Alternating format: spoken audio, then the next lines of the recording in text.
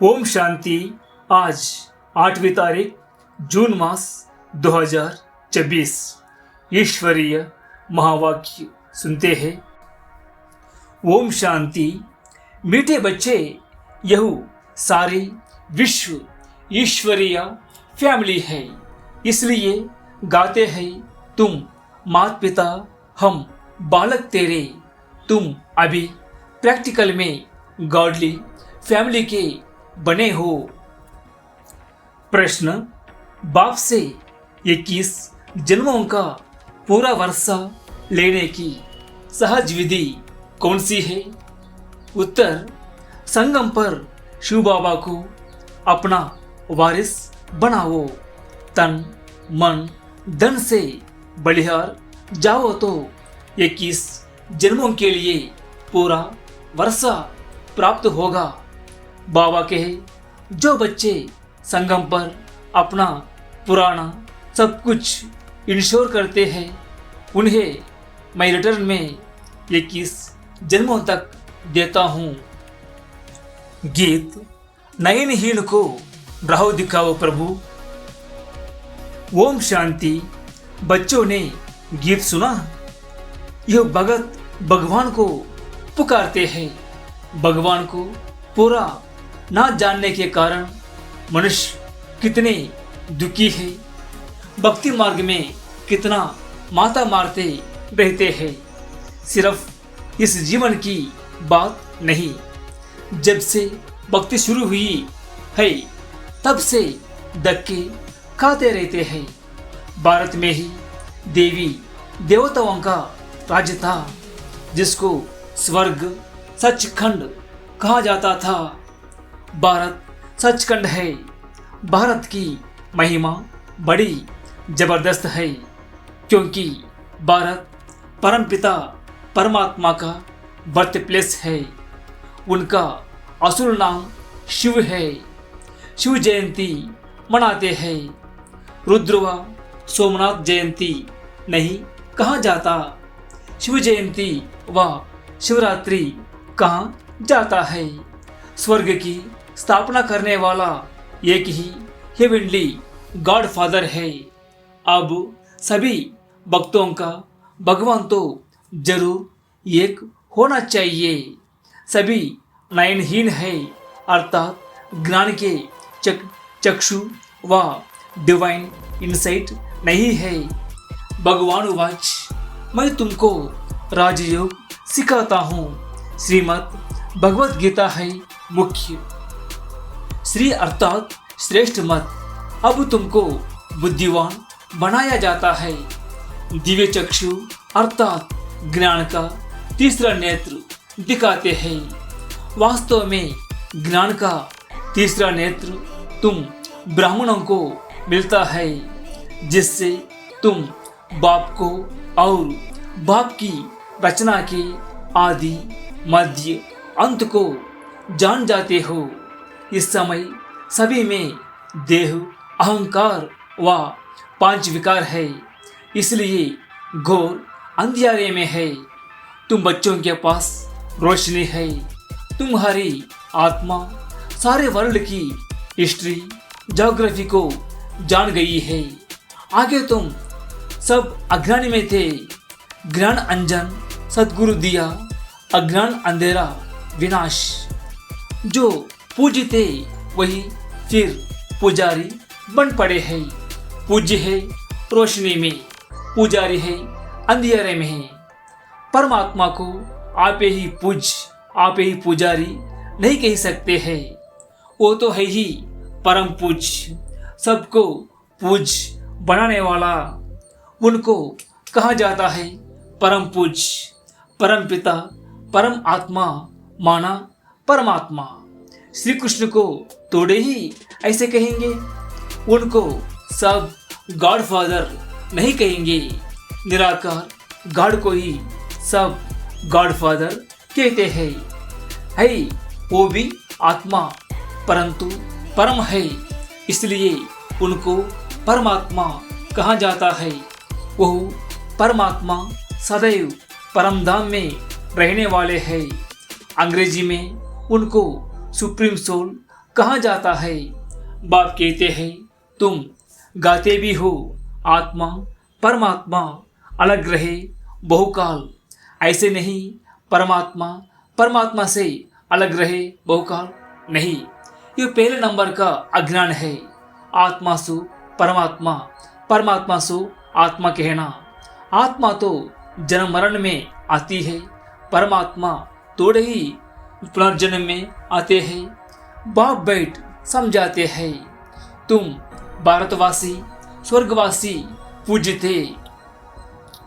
Humanity के पूज सब देवी देवताएं थे। यह सारी ईश्वर की फैमिली है। ईश्वर है रचता। गाया जाता है तुम माता पिता हम बालक तेरे। तो फैमिली हो गई ना। अच्छा भला यह तो बताओ, तुम माता पिता किसको कहते हो? यह कौन कहते हैं? आत्मा कहती है तुम माता पिता।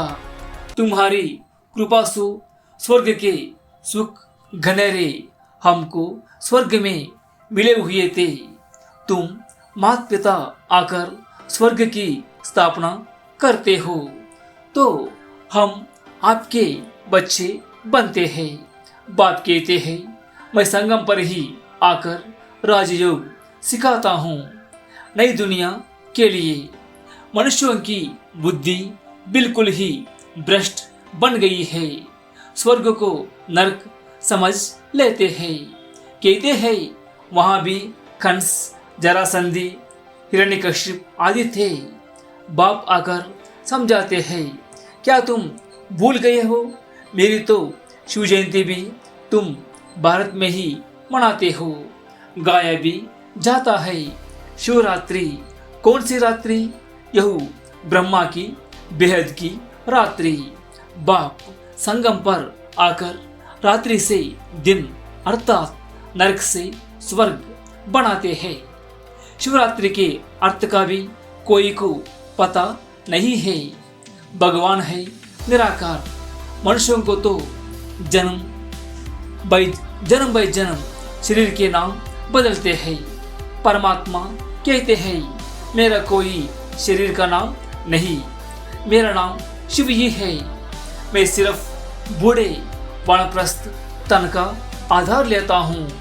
ये पूज्य था, अब पुजारी बना है। शिव बाबा आकर स्वर्ग रचते हैं। हम उनके बच्चे हैं तो जरूर हम स्वर्ग के मालिक होने चाहिए ना। शिव बाबा है ऊंचते ऊंच। ब्रह्मा विष्णु शंकर का अपना अपना पार्ट है। हर एक आत्मा में अपना सुख और दुख का पार्ट नोंदा हुआ है। तुम जानते हो हम शिव बाबा के वारिस बने थे। शिव बाबा ने स्वर्गवासी बनाया था, तब उनको सब याद करते हैं। वो गॉडफादर रहम करो। साधु भी साधना करते हैं क्योंकि यहाँ दुख है तो निर्वाण धाम जाना चाहते हैं। आत्मा परमात्मा में लीन हो जाती है।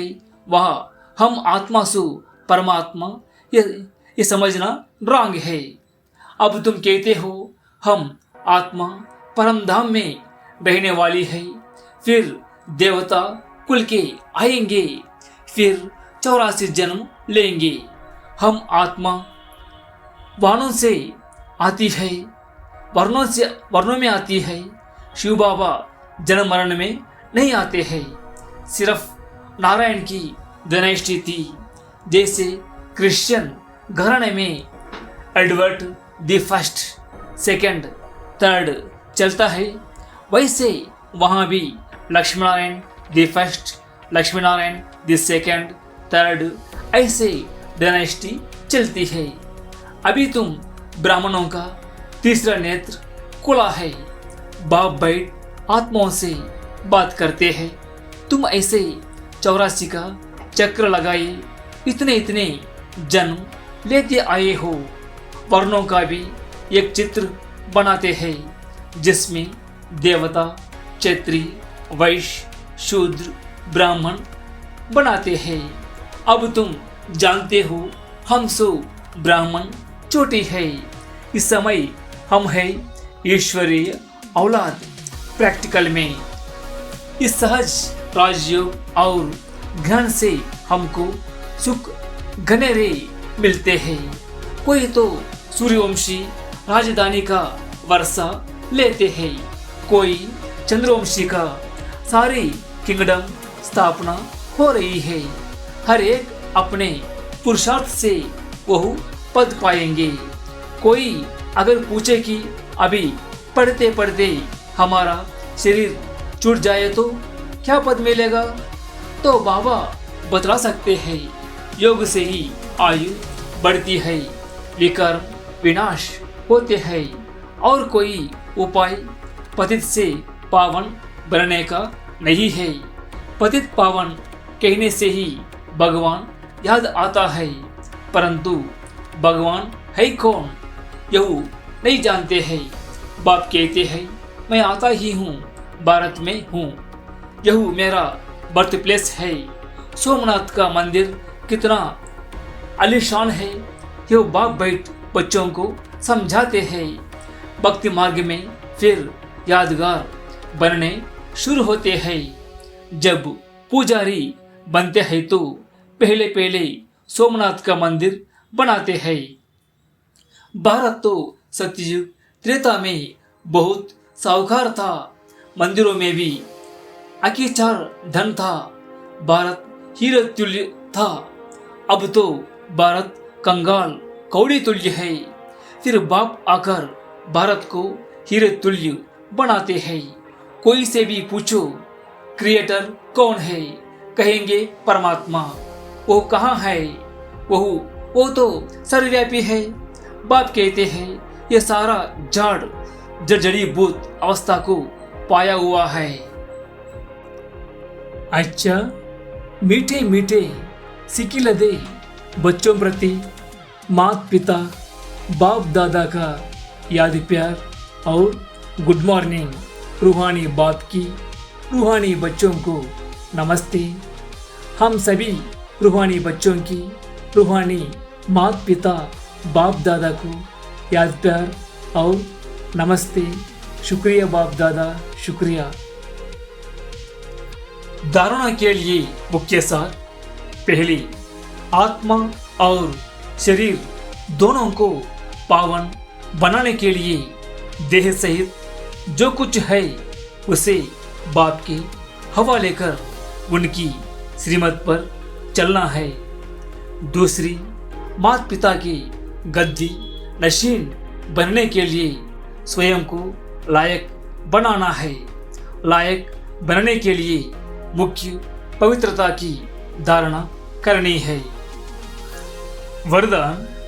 संगम युग पर अतीन्द्रिय सुख का अनुभव करने वाले डबल प्राप्ति के अधिकारी भव।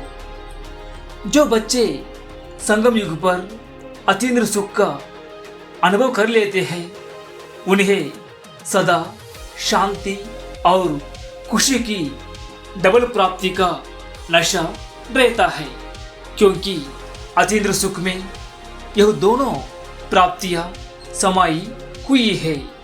अभी आप बच्चों को जो बाप और वर्षे की प्राप्ति है यह सारे कल्प में नहीं हो सकती। इस समय की प्राप्ति अतीन्द्रिय सुख और नॉलेज भी फिर कभी नहीं मिल सकती। तो इस डबल प्राप्ति के अधिकारी बनो। स्लोगन। एक दो के संस्कारों को जानते हुए उनसे मिलकर चलना यही उन्नति का साधन है। मातेश्वरी जी के अनमोल महावाक्य।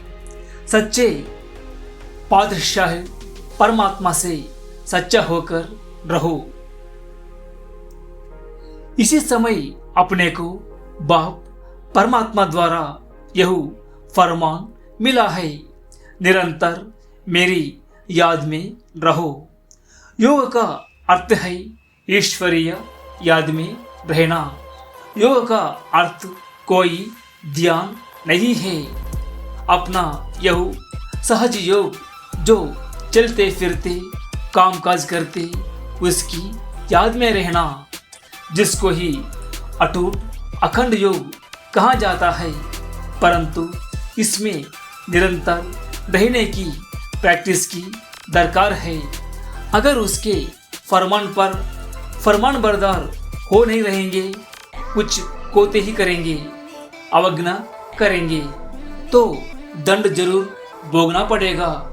उनका फरमान है, जैसे कर्म मैं करता हूँ मुझे देख तुम भी फुट स्टेप लो, नहीं तो माया की चोट खाएंगे।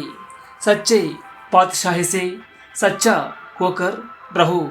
जो भी कुछ माया का विघ्न सतावे वो भी इनके आगे रखना चाहिए, तो उनकी मदद से माया हट जाएगी, रास्ता क्लियर हो जाएगा। फिर तो जहाँ बिठाए जैसे चलाए जो खिलाए रास्ता क्लियर हो जाएगा। ऐसा साथ देने की बहुत हिम्मत चाहिए। ऐसे महान सौभाग्यशाली बिल्कुल थोड़े निकलेंगे, वह विजयमाला में जाएंगे। बाकी भाग्यशाली है जो थोड़ा बहुत लेकर जाकर प्रजा बनेंगे। तो थोड़ा मिलने के कुछ नहीं हो जाना, अपनी इच्छा तो संपूर्ण हो, साहस रखो, आगे बढ़ना है। माया विघ्न डालेगी परंतु उसके ऊपर विजय पानी है। इसमें अगर भूल की तो निश्चय की कमी है, कुछ अपनी धारणा में कमी है, यह तो अपना कसूर है। इसमें लोकलाज कुल मर्यादा को तोड़ना पड़ता है। जब यह तोड़ेंगे तभी सच्चे पारलौकिक दैवी मर्यादा को पाएंगे। यह विकारी दुनिया तो जाने वाली है। देखो मेरा ने भी लोकराज कोई तब गिरधर को पाया। अगर उस लोकराज को रखेंगे तो इस दैवी लोक के भांति बन नहीं सकेंगे।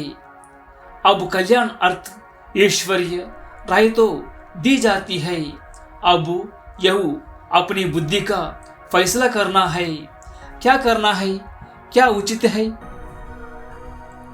अव्यक्त इशारे सदा हर्षित रहने के लिए अपनी नेचर को सरल बनाओ, सहनशील बनो। जो सरल चित्त है वही सदा हर्षित रहते हैं। हर्षित चित्त है तो सबको आकर्षित करते हैं। हर्षित का अर्थ ही है अतीन्द्र सुख में झूमना, ज्ञान का सिमरन करते, अव्यक्त स्थिति का अनुभव करते, अतीन्द्र सुख में झूमना, इसको कहा जाता है हर्षित। इसके लिए साक्षीपन की सीट पर सेट रहो। माया और प्रकृति के पपेट शो को मनोरंजन के रूप में देखो। प्यारे भाई बहनों, यह ईश्वरीय ज्ञान जन जन तक पहुंचाने के लिए और इस सेवा को निरंतर जारी रखने के लिए आपके सहयोग की आवश्यकता है। यदि आप इस ज्ञान गंगा को दूसरों तक पहुंचाने में भागीदार बनना चाहते हैं तो कृपया नीचे दिए गए QR कोड को स्कैन करके या फोन पे के माध्यम से अपना बहुमूल्य योगदान दे सकते हैं। सहयोग के लिए धन्यवाद। ओम शांति।